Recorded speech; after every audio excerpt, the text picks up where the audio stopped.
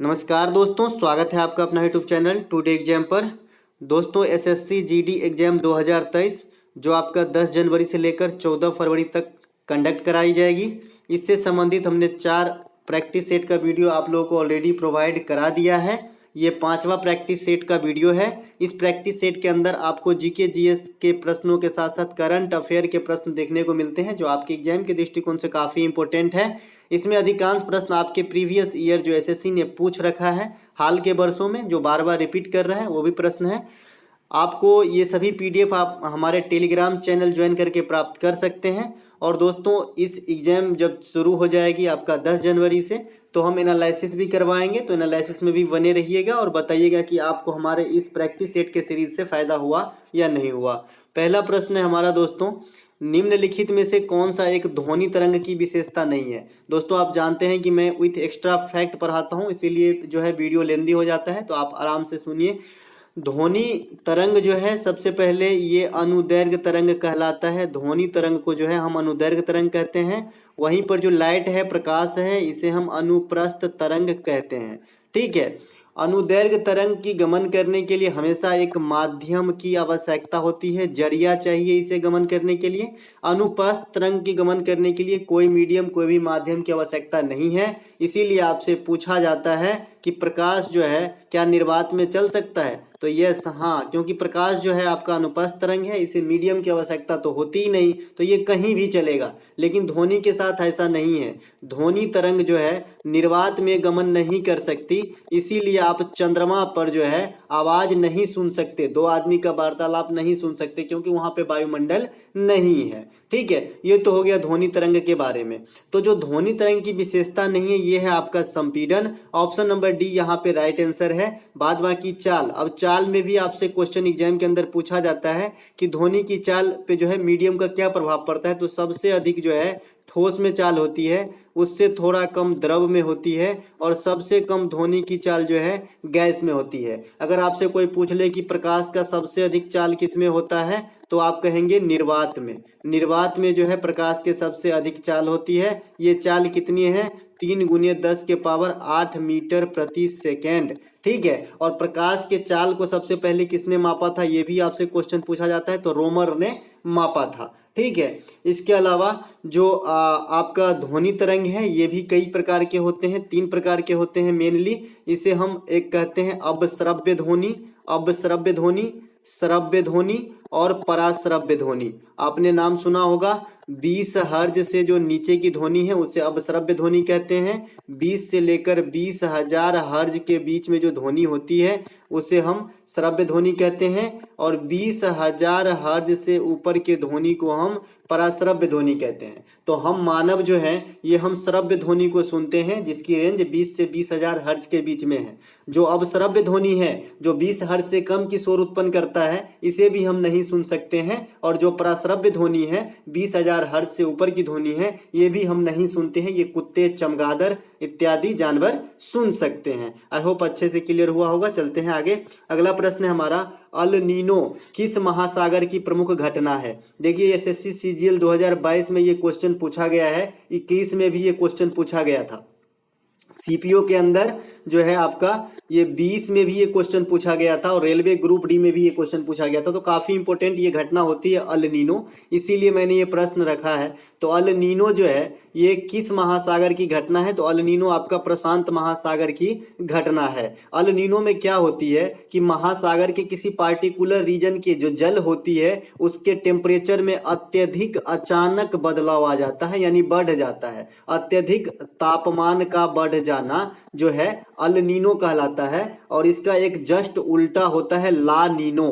ला Nino में इसका just उल्टा कहने का मतलब ये तापमान को बढ़ाता है, तो ये तापमान को घटा देता है, और ये जल को ठंडा कर देता है, शीत कर देता है। और ये भी घटना आपका प्रशांत महासागर से ही संबंधित है। तो दोनों प्रकार की जो घटना है अल नीनो और ला नीनो, ये कहाँ आती है, तो प्रशांत महासागर में आती है। अब मैं आपको बता दूं कि जो रिंग ऑफ फायर है, सर्किल ऑफ फायर है, ये भी प्रशांत महासागर के आसपास पाए जाते हैं, तो इससे भी आप याद रखिएगा। इसके अलावा आपने इस पृथ्वी पे सबसे गहरा का स्थल मरियाना खाई, जैसे चैलेंजर गर्त भी कहा जाता है, ध्यान रखिएगा कहीं कहीं अगर मरियाना खाई न लिखा हो, क्योंकि चैलेंजर गर्त में ही ये समाये हुए हैं। तो मरियाना खाई भी आपका प्रशांत महासागर में ही स्थित है, जो है सबसे गहराई वाला स्थल। इसके अलावा सभी महासागरों में प्रशांत महासागर सबसे बड़े महासागर है, सबसे गहरी महासागर है। तो ये सब बात आपको प्रशांत महासागर के रिगार्ड में याद रखना है। इसके अलावा अटलांटिक महासागर जो है ये सेकेंड लार्जेस्ट महासागर है, द्वितीय सबसे बड़ा महासागर है। और अटलांटिक महासागर को अंध महासागर भी कहा जाता है। अगर इसे आप मैप पे देखेंगे तो अफ्रीका महादेश के आसपास इसकी ज्यादा क्षेत्र जो है गुजरती है, तो इसीलिए इसे अंध महासागर कहा जाता है। और अफ्रीका महाद्वीप को अंध महाद्वीप भी कहा जाता है। ठीक है, हिंद महासागर को अर्ध महासागर कहा जाता है। एक बार हमने अभी अंध महासागर बोला था और ये है अर्ध महासागर, मतलब हाफ महासागर। ठीक है, तो ये बात सब आपको ध्यान रखना है। डियागो गार्सिया द्वीप का आपने नाम सुना होगा, ये भी आपका जो है हिंद महासागर में स्थित है। तो ये सभी बातों को आपको ध्यान रखना है। मालदीव, श्रीलंका, ये सभी जो है हिंद महासागर में स्थित द्वीपीय देश है। अगला प्रश्न है, भारतीय संविधान के किस अनुच्छेद के तहत राष्ट्रपति मृत्युदंड को क्षमा कर सकती है? देखिए, राष्ट्रपति जो है कदाचार सिद्ध व्यक्ति जो मृत्युदंड भी अगर प्राप्त हो गया हो तो उसे भी क्षमा करने के लिए जो है योग्य है। ये आर्टिकल 72 इस प्रकार का पावर राष्ट्रपति को प्रदान करते हैं। वर्तमान में हमारे देश के 15वें राष्ट्रपति जो है कार्यरत हैं, द्रौपदी मुर्मू साहिबा जी हैं। आपको मैं बता दूं कि राष्ट्रपति कभी भी एग्जाम में नहीं पूछा जाता है। राष्ट्रपति, उपराष्ट्रपति और प्रधानमंत्री, इनके क्रम जरूर पूछे जाते हैं एग्जाम के अंदर, तो आप जरूर याद रखिएगा। राष्ट्रपति 15वां है और उपराष्ट्रपति जो जगदीप धनखड़ साहब बने हैं, जो पहले पश्चिम बंगाल के राज्यपाल हुआ करते थे, तो जो है उपराष्ट्रपति 14वें हैं। तो इन दोनों का क्रम जरूर याद रखें। इसके बाद अनुच्छेद 61 जो है ये राष्ट्रपति पर जो महाभियोग की प्रक्रिया होती है, जो राष्ट्रपति को हटाने की प्रक्रिया है, इससे संबंधित है। अनुच्छेद 75 जो है ये मंत्री परिषद से संबंधित है। और इसी अनुच्छेद 75 के में जो 75 का ए है, उसी से जो है प्रधानमंत्री की नियुक्ति राष्ट्रपति करते हैं और अन्य मंत्री की नियुक्ति प्रधानमंत्री के सलाह पर राष्ट्रपति ही करते हैं। अनुच्छेद 76 जो है ये महान्यवादी से संबंधित है। महान्यवादी की नियुक्ति राष्ट्रपति के द्वारा किया जाता है। ठीक है, अगला प्रश्न है हमारा, नवंबर 2022 तक कितने राज्यों में कोई महिला मुख्यमंत्री है? मैं आपको बता दूं कि वर्तमान समय में, आज तक की भी बात कर लें तो वर्तमान समय में पूरे इंडिया में जो भी 2800 राज्य हैं, सभी राज्यों को देखें तो सिर्फ एकमात्र पश्चिम बंगाल में वर्तमान में कार्यरत महिला मुख्यमंत्री हैं, सुश्री ममता बनर्जी। तो यहाँ पे right answer option number D हो जाएगा। अगर आपसे कोई पूछे कि सबसे अधिक दिन तक जो है सीएम के पोस्ट पे कौन रहे हैं, तो इसका आपका आंसर हो जाएगा पवन चामलिंग। पवन चामलिंग जो है ये सिक्किम के प्राइम मिनिस्टर रहे, लगभग 24 साल तक ये जो है प्राइम मिनिस्टर के पद पे रहे। तो ये इनके नाम सबसे अधिक दिन तक सीएम रहने का इंडिया में रिकॉर्ड है, पवन चामलिंग के नाम। वहीं पर अगर आपसे कोई पूछे कि सबसे अधिक दिन तक कौन सी महिला मुख्यमंत्री के रूप में कार्य की, तो इनका नाम है ज्योति बसु। क्या नाम है इनका? ज्योति बसु। और बसु से स्पष्ट है कि ये बंगाल के ही होंगे और ये बंगाल के ही हैं। ये पश्चिम बंगाल की मुख्यमंत्री रही है और ये लगभग 23 साल तक सेवा करी है। आई होप क्लियर हुआ होगा। चलते हैं आगे, अगला प्रश्न। हाँ, एक चीज और बता दूं, करंट सेक्शन के लिए आपसे क्वेश्चन बन जाएगा कि जो जगदीप धनखड़ साहब उपराष्ट्रपति चुने गए, तो वहां पे पोस्ट खाली थे, अतिरिक्त प्रभार में थे राज्यपाल, तो वहां पे अब राज्यपाल की नियुक्ति हो गई है। सीवी आनंद बोस साहब जो हैं, सीवी आनंद बोस साहब जो हैं वहां के नए राज्यपाल जो हैं डिप्यूट किए गए हैं पश्चिम बंगाल के। तो ये बात भी आपको ध्यान रखना है। अगला प्रश्न हमारा, निम्नलिखित में से कौन सा देश आसियान का सदस्य नहीं है? आसियान का सदस्य नहीं है। आसियान का फुल फॉर्म भी आपसे एग्जाम में पूछा जाता है, the association of south east Asian Nations, इस प्रकार के इनके फुल फॉर्म होते हैं। तो इनके नाम से ही स्पष्ट है कि साउथ ईस्ट एशियन नेशन है। तो पहले एशिया महादेश को आप आंख के सामने मैप से लाइए, उसके बाद उसमें भी उसके साउथ ईस्ट भाग को लाइए। साउथ ईस्ट भाग कहने का मतलब ये वाला पोर्शन। तो यहाँ पे जो देश होंगे मैप पर एशिया महादेश के अंदर, वही आपके इनमें जो है इंक्लूड हैं। बता दें इसमें 10 कंट्री हैं टोटल। और इसकी स्थापना की बात कर लेंगे तो 1967 में इसकी स्थापना होती है, 1967 में। तो ये बात भी ध्यान रखेंगे। इनका मुख्यालय भी आपसे पूछा जाता है, तो इनका मुख्यालय इंडोनेशिया के जाकार्ता में है। कहाँ पर है? इंडोनेशिया की जाकार्ता में। इंडोनेशिया की राजधानी है जाकार्ता, इंडोनेशिया की सेकेंड राजधानी नूसंतारा भी है। तो ये भी आपसे एग्जाम में पूछा जा चुका है, ठीक है, तो इसे भी ध्यान रखेंगे। ठीक है, इंडोनेशिया को दुनिया में सबसे अधिक जो है द्वीपीय समूह वाला देश कहा जाता है। यहाँ पे जो आप मैप में देख रहे हैं, ये जो छोटे छोटे हरे हरे टुकड़े लाल लाल टुकड़े दिख रहे हैं यहाँ पे, थोड़ा सा हल्का लाल, ये सभी इंडोनेशिया के ही भाग हैं। तो आप देख सकते हैं कि एक बिंदु एक द्वीप के जैसा है, ठीक है। तो यहाँ पे बहुत सारे द्वीप हैं इंडोनेशिया में, इसलिए इसे द्वीपों का समूह वाला देश कहा जाता है। बहरहाल इस क्वेश्चन का right answer option number D हो जाएगा। इजराइल जो है आसियान का सदस्य नहीं है, बाद बाकी म्यांमार हो गया, इंडोनेशिया हो गया, फिलीपींस हो गया, सिंगापुर हो गया, मलेशिया हो गया, ब्रुनोई हो गया, लाओस हो गया, ये सभी जो हैं आपके आसियान के सदस्य हैं। उसी प्रकार से आपको सार्क पूछा जाता है, तो सार्क अपने इंडिया के हिसाब से आप याद कर लीजिएगा। यहाँ पे होती है आपका मालदीव, देखिए जरा पेन के तरफ, ये मालदीव होती है, ये है श्रीलंका, ये दोनों हो गया, फिर इंडिया है, इधर पाकिस्तान होंगे, यहाँ अफगानिस्तान होंगे, यहाँ पे नेपाल होगा, यहाँ पे बांग्लादेश होगा, यहाँ पे भूटान होगा। तो यही 8 कंट्री सार्क में है। ये दोनों संस्था आपसे एग्जाम में पूछा जाता है। दोस्तों थोड़ा फास्ट चलता हूँ, अभी क्वेश्चन बहुत बताना है और काफी जो है। ब्रह्मपुत्र नदी किस दर्रा के निकट से भारतीय क्षेत्र में प्रवेश करते हैं? एसएससी सीजीएल 2021 में पूछा गया क्वेश्चन है। देखिए दोस्तों, ब्रह्मपुत्र नदी का उद्गम तिब्बत के मानसरोवर से होती है, तिब्बत के मानसरोवर से होती है, और ये इंडिया में अरुणाचल प्रदेश में प्रवेश करती है। उसके बाद असम जाती है, और असम में जाने के बाद ये जो है पश्चिम बंगाल जाती है, और वहाँ पे जो है आपका गंगा में समा जाती है ब्रह्मपुत्र नदी, ठीक है। इसके कई सारे सहायक नदी हैं, लोहित नदी वगैरह जो है, बराक नदी वगैरह, इनके प्रमुख सहायक नदी है। आपने माजुली द्वीप का नाम सुना होगा। माजुली द्वीप जो है दुनिया की सबसे बड़ी द्वीप है, नदी द्वीप है, माफ कीजिएगा द्वीप नहीं, सबसे बड़ा द्वीप अगर पूछा जाएगा तो ग्रीनलैंड हो जाएगा, ये भी ध्यान रखिए। सबसे बड़ा द्वीप अगर पूछा जाए तो ग्रीनलैंड। सबसे बड़ा नदी द्वीप एकमात्र है, ये है आपका माजुली जो ब्रह्मपुत्र नदी पे है। तो ये पूछा जा रहा है कि किस दर्रा से होकर प्रवेश किया था। अभी हमने कहा कि अरुणाचल प्रदेश में, इंडिया में इनकी जो है एंट्री होती है तिब्बत से।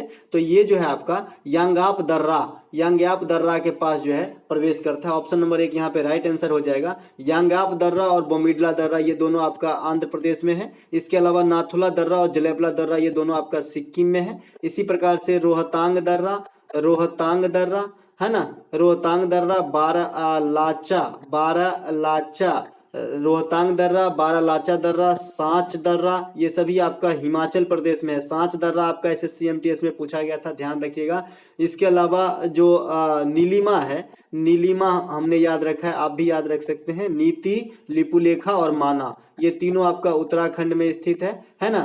तूजू दर्रा का नाम आपने सुना होगा, मैं अलग से कवर कर दूंगा, लेकिन यहाँ पे मैं ऐसे ही बोल दे रहा हूँ। तूजू दर्रा आपका मणिपुर में है, ठीक है। तूजू दर्रा कहाँ है? मणिपुर में है। इसके अलावा आपने थालघाट, पालघाट और भोरघाट, थालघाट, पालघाट और भोरघाट का नाम सुना होगा एग्जाम के अंदर, है ना। तो थालघाट जो है ये मुंबई से नासिक को जोड़ता है, मुंबई से नासिक को जोड़ता है। पालघाट जो है ये तमिलनाडु से केरल के पलक्कड़ को जोड़ता है, और भोरघाट जो है ये मुंबई से पूना को जोड़ता है। तो ये सब बात आपको ध्यान रखना है। चलते हैं आगे। अगला प्रश्न है हमारा कार्बन मोनोऑक्साइड के बारे में, इनमें से कौन सा कथन गलत है? जीडी 2021 में पूछा गया, बहुत ही इजी क्वेश्चन है ये। तो ये वाहनों के द्वारा उच्च स्तर पर उत्पादित किया जाता है, एकदम सही है, लेकिन हमें गलत चुनना है। इन ईंधन के अधूरे दहन से उत्पन्न होती है, एकदम सही है। अगर कोयला वगैरह आप जलाते हैं, कोई भी ईंधन पूर्ण रूप से नहीं जलती है, ये बात भी आप ध्यान रखिएगा, ठीक है।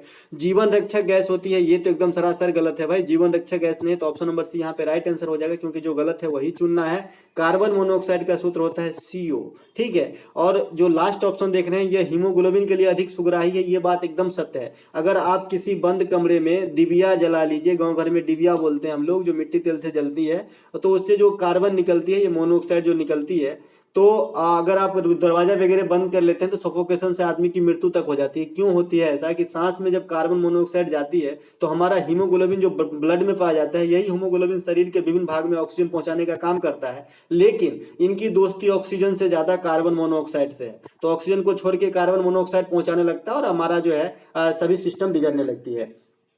अगला प्रश्न है हमारा, पद्मा सुब्रमण्यम का संबंध निम्नलिखित में से किस नृत्य से है? GD 20 में पूछा गया है। तो ये भरतनाट्यम से संबंधित है। भरतनाट्यम आपका तमिलनाडु से है, मोहिनीअट्टम केरल से है, भरतनाट्यम आपका जो है तमिलनाडु से है, तमिलनाडु के प्रमुख नृत्य हैं ये। कथक आपका उत्तर भारत से है, नॉर्थ इंडिया से है। इसके अलावा कथकली आपका केरला से है और मार्मोकली भी आपका केरला से है। तो ये भी बात आपको ध्यान रखना है। कथक के जो प्रमुख नर्तक थे बिरजू महाराज, इनकी मृत्यु हो गई है, तो ये चर्चा में रहेंगे। ठीक है, बिरजू महाराज जो है चर्चा में रहेंगे। अगला प्रश्न है हमारा, निम्नलिखित में से कौन सा देश 13वें पुरुष क्रिकेट विश्व कप 2023 की मेजबानी करेगा। देखिए दोस्तों, आजकल क्वेश्चन पूछने का थोड़ी सी तरीका बदला है एग्जामिनर ने। अब क्या करता है कि जो खेल होती है ना, उसकी क्रम पूछ दिया करता है। जैसे अभी हमने बीएसएससी जो है, अभी बिहार एसएससी सचिवालय का एग्जाम हुआ था, उसमें राष्ट्रमंडल खेल का जो है क्रम पूछ दिया था। तो जो बच्चे सिर्फ ये याद कर लेते हैं कहा होगा, मेरा ये मानना है कि आप ये प्रैक्टिस रखिए कि क्रम के साथ याद रखिए। छोटा सा चीज और जोड़ लीजिए, क्या फर्क पड़ता है, लेकिन आपको जो है क्वेश्चन पूछेगा तो छूटेगा नहीं, है ना। तो 13वें विश्व कप होगा ये क्रिकेट विश्व कप। वैसे आप 1975 में स्टार्ट हुआ था, जोड़ भी सकते हैं, लेकिन हर चीज की स्टार्टिंग ईस्वी तो याद नहीं रहती ना। तो इसीलिए जो है आप इसे ऐसे याद रखेंगे कि भाई ये इतनामा है, ये इतना है ना। तो 13वें क्रिकेट विश्व कप जो है ये भारत में होगी। ठीक है, पिछला वाला जो हुआ था ये इंग्लैंड में हुआ था और विनर भी आपका इंग्लैंड ही रहा था। ठीक है, भारत की बात करें तो 1983 और 2011 दो बार जीत चुके हैं। एक बार कपिल देव के कैप्टेंसी में और एक बार अपना महेंद्र सिंह धोनी के कैप्टेंसी में। और इसकी शुरुआत कब होती है? 1975 में। अगला प्रश्न है हमारा, बंगाल की दीवानी किस वर्ष ईस्ट इंडिया कंपनी को हस्तांतरित हुई थी? जीडी 19 में पूछा गया एक क्वेश्चन है। देखिए, बंगाल की दीवानी जो है, जो बक्सर का युद्ध हुआ था, बक्सर का लड़ाई जो हुआ था, बक्सर का युद्ध, इसके उपरांत, क्योंकि इस युद्ध में सिराजुद्दौला का संयुक्त सेना जो है हार गया था। रॉबर्ट क्लाइव जो अंग्रेज गवर्नर थे उस समय का, क्लाइव के सेना से हार गए थे, तो उसको जो है बंगाल का दीवानी जुर्माना के रूप में देना पड़ा था।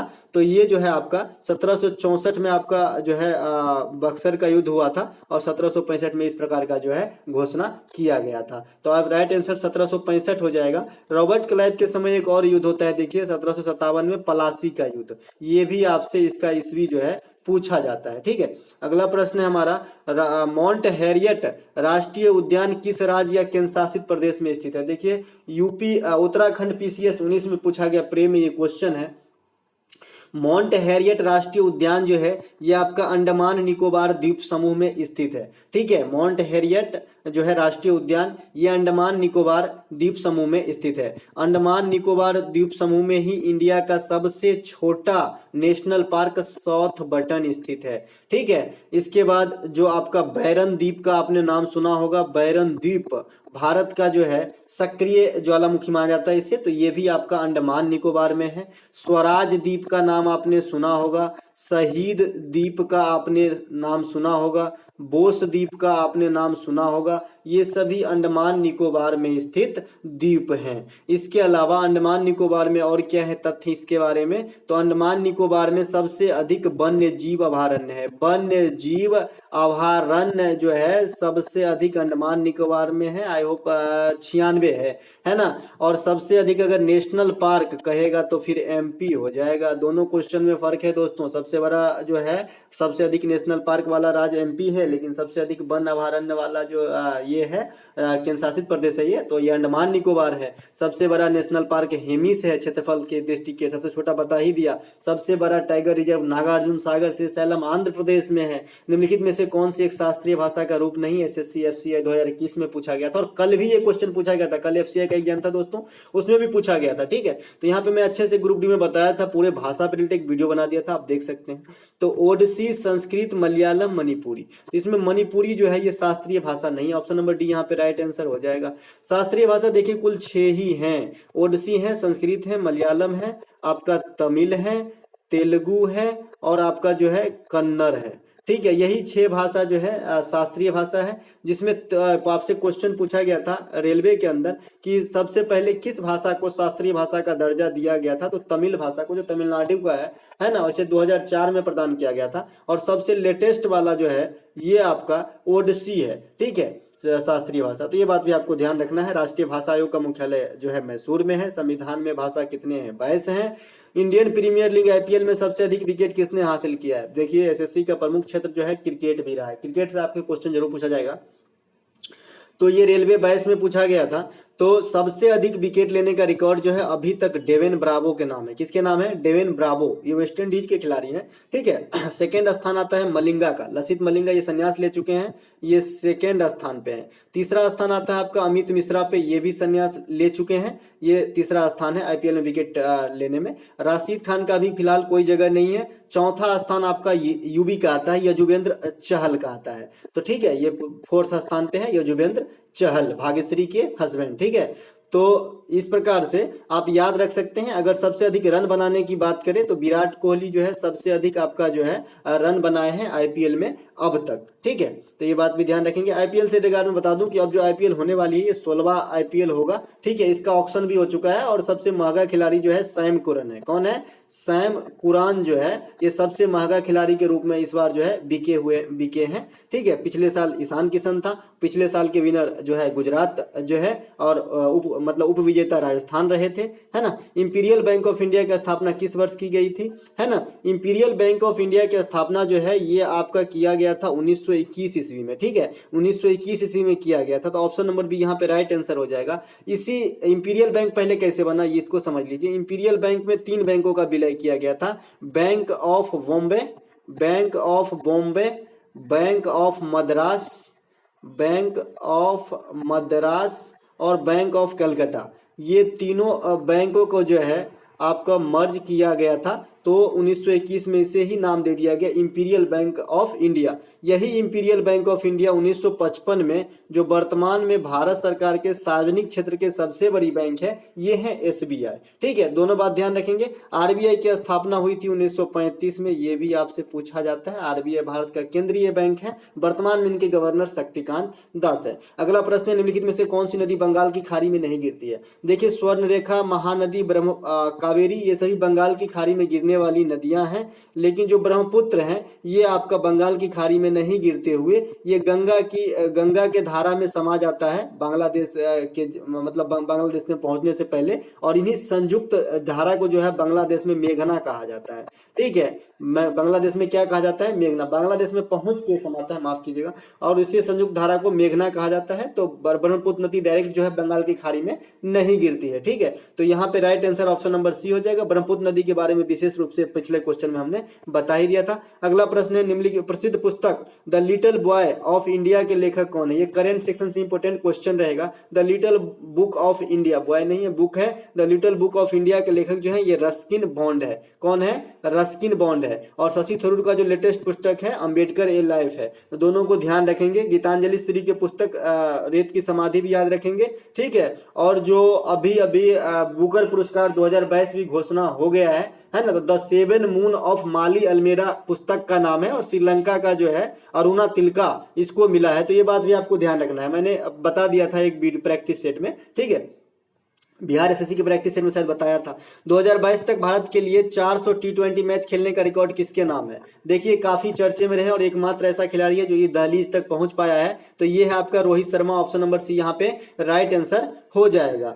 अगला प्रश्न हमारा, निम्नलिखित में से कौन सा त्योहार तेलंगाना का प्रमुख त्योहार है? हाँ, अगर आपसे कोई पूछ दे कि भाई पूरे विश्व में सबसे अधिक टी20 मैच खेलने वाला कौन है, पूछ सकता है, तो कैरन पोलार्ड है, ठीक है, ध्यान रखिएगा। अगला प्रश्न, निम्नलिखित में से कौन सा त्योहार तेलंगाना का प्रमुख त्योहार है ना?